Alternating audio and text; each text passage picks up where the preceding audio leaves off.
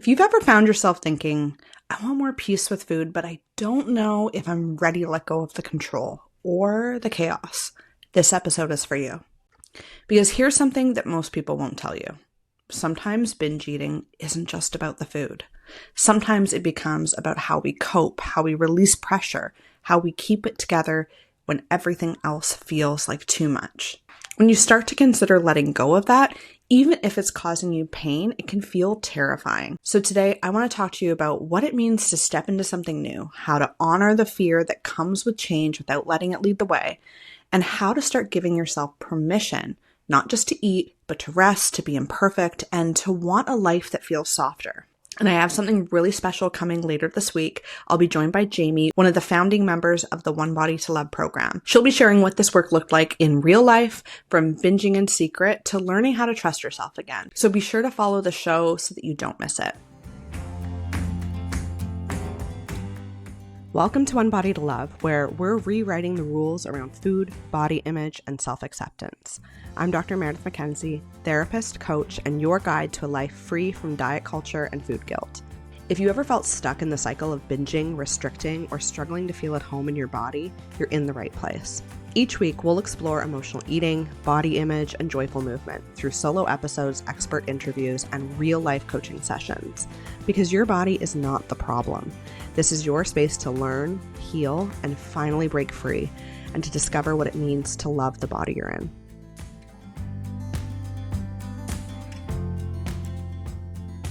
Let's start with a truth I wish more people talked about. Binge eating is not just about food. It's often the only way we've learned to cope. I've sat across from so many women, high achievers, caregivers, perfectionists who tell me, I don't understand. I don't understand why I do it. I know it doesn't help. I know how I feel afterward, but in the moment, I just can't stop. What I hear in that is not failure. It's someone who has been holding so much, someone who hasn't had a safe outlet for rest, relief, or release. When your day is packed with tasks, decisions, caregiving, and emotional labor like picking up the kids, making dinner, running your own household, doing all of those things, when you've spent the entire day managing everything and everyone else, binging becomes the one moment where you finally drop that performance. Even though you don't want to be doing it, even though it doesn't feel good, in those moments, food becomes more than food. It becomes this release valve, a way to reclaim something, a signal that no one else is going to take care of you, so you will. And that's what I mean when I say binging becomes a coping strategy. It's not mindless. It's not a character flaw. It's a learned survival response. And while it isn't the most sustainable way to cope, it has, in fact, served you. It's done its job and protected you and been there for you in so many ways. And I think that deserves to be acknowledged before we talk about how to shift it. That's what we do inside One Body to Love. We don't shame your patterns. We gently untangle them. We look at what binging has been doing to you and replace it with something that actually meets your needs without leaving you feeling sick, ashamed, or stuck. You don't have to be binging to survive your life. You just need a new way to take care of yourself, and you don't have to figure it out alone. So I want you to take a moment to check in with your body as we're talking about this. If your body tenses up at the idea of stopping the cycle, if part of you is thinking, what if I can't do it? Or what if I gain weight? What if this is just another thing that doesn't work for me? I want you to know that fear is so valid. First, change is scary, especially when the thing you're changing has become a part of your identity, or maybe even your best friend. For a long time, binge eating was my secret. I would try so hard to be good all day, follow the plan, hit the macros, earn my hunger, and then I'd spiral until usually at night, often in secret, and afterward, I'd feel so ashamed. I would reflect back on everything that I had just eaten and the spiral and think, what happened? Like, how did I get here? I know better than this. I'd make promises to start over in the morning. I kept thinking if I just tried harder, I could get it all under control. And underneath that, I was terrified. If I stopped controlling my eating, everything would fall apart in my life. If I let myself eat what I wanted, how would I ever stop? If I gave myself permission to rest, would I ever feel motivated again? If I stopped trying to shrink, who would I even be? I had made it so much of my identity. These are the kinds of fears that come up when you've been performing wellness instead of living it. When food has been your fallback, your rebellion, your comfort, your outlet. And here's the thing that I see over and over again, both actually in myself and in my clients. Fear doesn't mean that you're not ready. Fear just means that this actually really matters to you. It means you're standing on the edge of something important. And you don't have to leap off that edge. You just have to take one small and very supported step. And that's why One Body to Love is structured in this way, with tools, with structure, and with live group coaching so that you don't have to go at it alone. So when fear comes up, you don't spiral. You actually process what's going on and you keep going. Fear doesn't mean you're not ready. Fear just means this matters to you. It means you're standing on the edge of something important. And you don't have to take a leap off that edge. You just have to take one small supported step. That's why One Body to Love is structured in the way it is, with tools, with structure, and with live group coaching so that you don't have to go at it alone. So when fear comes up, you don't end up spiraling. You process and you keep going. One of the hardest parts of this work, especially for women, is giving ourselves permission to want more. Wanting peace with food, wanting to stop obsessing about your body, wanting rest, wanting satisfaction, all of these things that we are taught that we shouldn't want or that we should be pursuing weight loss instead.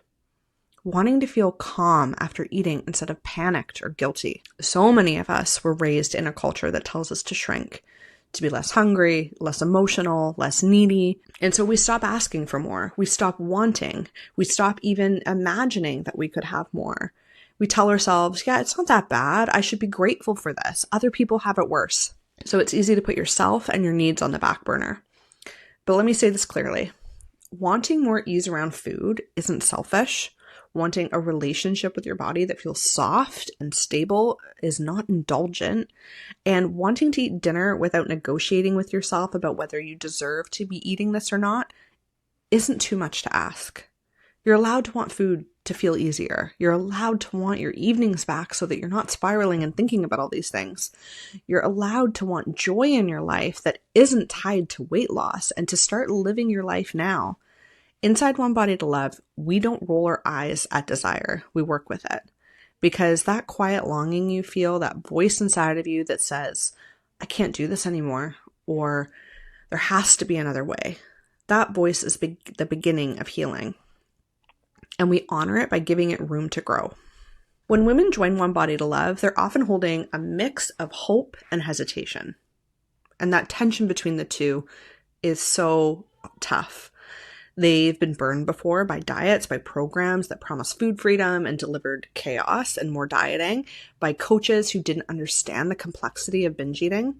And then something happens. They start checking in with their hunger before it becomes urgent. They start feeding themselves without guilt. They stop thinking about food 24/7. And they stop feeling like they're constantly swinging between being good and having to start over again. And they start feeling steady, present, in charge, not in a rigid, white-knuckling way, but in a grounded, self-trusting way. And they learn how to respond to their body instead of managing it all the time.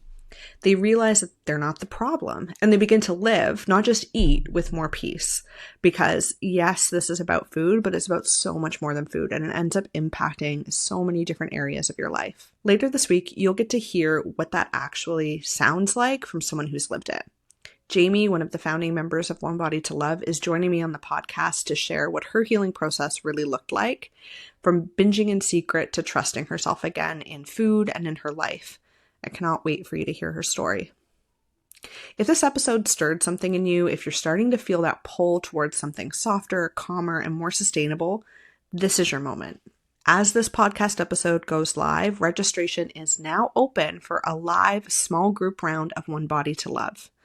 This is the first time I've offered it live since 2023, so it's been a minute. And we're keeping the group small and connected. And doors are only open for 5 days. So if you've been waiting for the right time, this is it. One Body to Love isn't just an online course, it's a 12-month support system designed to help you break free from binge eating, rebuild trust with your body, and finally feel safe around food. So let me explain a little bit more about the program to you. When you join, here's what you get. You'll get a private eating assessment with me so that we can understand your unique relationship with food. You'll be registering for 10 live sessions of education, part of my core modules, where you can work through this at your own pace after the session, or you can come live and be a part of all of the learning and discussion that is happening. These modules are designed to gently walk you through the process of becoming an intuitive eater. So you're not doing it all at once. There's not a lot expected of you. It's going to be something where you're learning step by step along the way. You'll also receive weekly live group coaching sessions with me where you can ask questions, get personalized guidance, and feel supported in real time. What you're learning in those modules, you're going to end up bringing into your real life, living life, and then bringing any of the challenges or things that come up for you during the week to the coaching calls. What I love about this is that I get the opportunity to not only share the strategies and the education that I know is so deeply needed, but we also get to, in real time, work through the challenges that you're experiencing. You'll also receive recordings of all the sessions, so you never have to worry about missing a call. With this program, you'll also get a comprehensive workbook. It's filled with tools, journal prompts, and self-reflection exercises that you can take with you each week and continue to work on after the program. You'll access bonus workshops like an intuitive eating workshop, body image workshops, and intimacy after body shame. And one of my favorite parts is the private community space where you're surrounded by other women doing the same work as you. And a little added cherry on top, you'll receive a printed copy of the Intuitive Eating book by Evelyn Tribole and Elise Resch mailed directly to your door. This program offers the depth and the emotional support of therapy, but in a more structured and comprehensive format. I, for years, have been racking my brain about how can I give my clients the experience of everything in one package, and this is it. And it's at a significantly lower cost than working with me one-on-one. If you've ever wanted to work with me, this is the most accessible and impactful way to do it. You can register now through the link in the show notes, or you can comment the word love on any of my Instagram posts, and I'll send you everything you need to know. And again, don't forget to follow the show because later this week, as I mentioned before, I'm sharing the powerful conversation that I had with Jamie, one of the founding members of One Body to Love. So if you want to hear about her experience, she's going to take you inside her journey from binging to having a completely new relationship with food and how this all happened within the One Body to Love program. You don't want to miss it. You've got one body to love, so let's help you feel safe in it again. That's it for today's episode of One Body to Love. I'm so grateful you chose to spend this time with me. These conversations around food and body image can be deeply personal, and the fact that you showed up today open and curious means more than I can say. If today's episode resonated with you, I'd love to hear your thoughts. Come connect with me on Instagram at Dr. Meredith McKenzie, send me a message, share what stood out, or just say hi. If you're ready to take the next step toward food freedom and finally feel at home in your body, head to meredithmckenzie.ca/OBTL to learn more about the One Body to Love program. You'll find everything you need to begin healing your relationship with food with support every step of the way.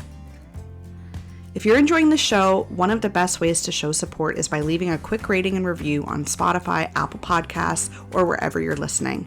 Your words help more women find this space and feel less alone. Until next time, be gentle with yourself. You deserve a life of peace with food and your body.